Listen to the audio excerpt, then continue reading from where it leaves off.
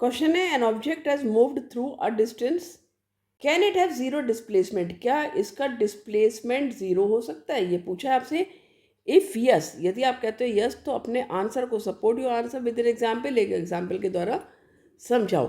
देखो, डिस्टेंस और डिस्प्लेसमेंट में क्या अंतर होता है। डिस्टेंस जो होता है आपका, डिस्टेंस होता है टोटल कवर्ड डिस्टेंस, जो भी डिस्टेंस कवर्ड की है वो total distance, total distance covered, right. और जबकि डिस्प्लेसमेंट जो होता है आपका, डिस्प्लेसमेंट होता है वो होता है शॉर्टेस्ट डिस्टेंस, ठीक है, shortest distance from initial and final position, from initial and final position आप कह सकते हो, right, in between initial and final position, जो इनिशियल और फाइनल पोजीशन के बीच की जो शॉर्टेस्ट डिस्टेंस होगा वो आपका होगा डिस्प्लेसमेंट। और डिस्टेंस जितना भी कवर किया है आपने डिस्टेंस, वो डिस्टेंस है, राइट। तो यहाँ पर पूछा है एक ऑब्जेक्ट मूव कर रहा है एक डिस्टेंस को, क्या उसका डिस्प्लेसमेंट ज़ीरो हो सकता है।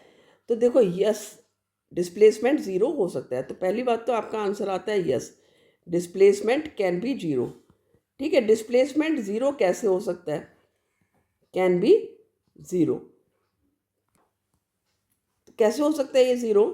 यदि सपोज आपने शुरू किया ए पॉइंट से, ये पॉइंट ए है, यहाँ से शुरू किया आपने मूव करना, यहाँ से आप अपनी गाड़ी लेकर गए बी पॉइंट पर गए, ये पॉइंट बी हो गया, फिर पॉइंट सी हो गया, सी पर गए, और यहाँ आपका फाइनल पोजीशन हो गई डी पर।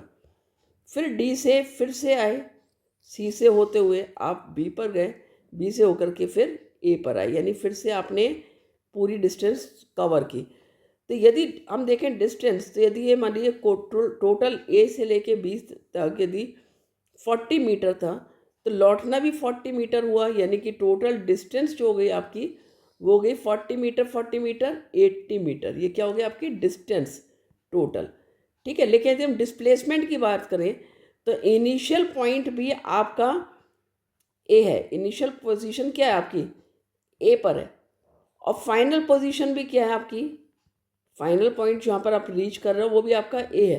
तो डिस्प्लेसमेंट इस केस में क्या हो गया आपका ज़ीरो हो गया, क्योंकि आपने जहाँ से शुरू किया आप वहीं पर आ गए। तो डिस्टेंस जहाँ आपकी 80 मीटर बनी वहाँ डिस्प्लेसमेंट आपका ज़ीरो हो गया, एक ये केस हो सकता है। दूसरा केस, यदि आप एक सर्कुलर पाथ में चल रहे हो, ये आपका सर्कुलर पाथ है, आपने यहाँ पर इस पॉइंट से चलना शुरू किया ए पोजीशन से, और चलते हुए फिर से आप ए पर आ गए, तब भी आपका जो डिस्प्लेसमेंट होगा वो ज़ीरो हो जाएगा, ठीक है। यहाँ से शुरू किया आपने और फिर ए पर ही पहुँच गए। तो ये दो आपने एग्जाम्पल दे दिए, आप कोई भी एक एग्जाम्पल दे सकते हो और आपका यहाँ पर ये आंसर कंप्लीट हो जाता है।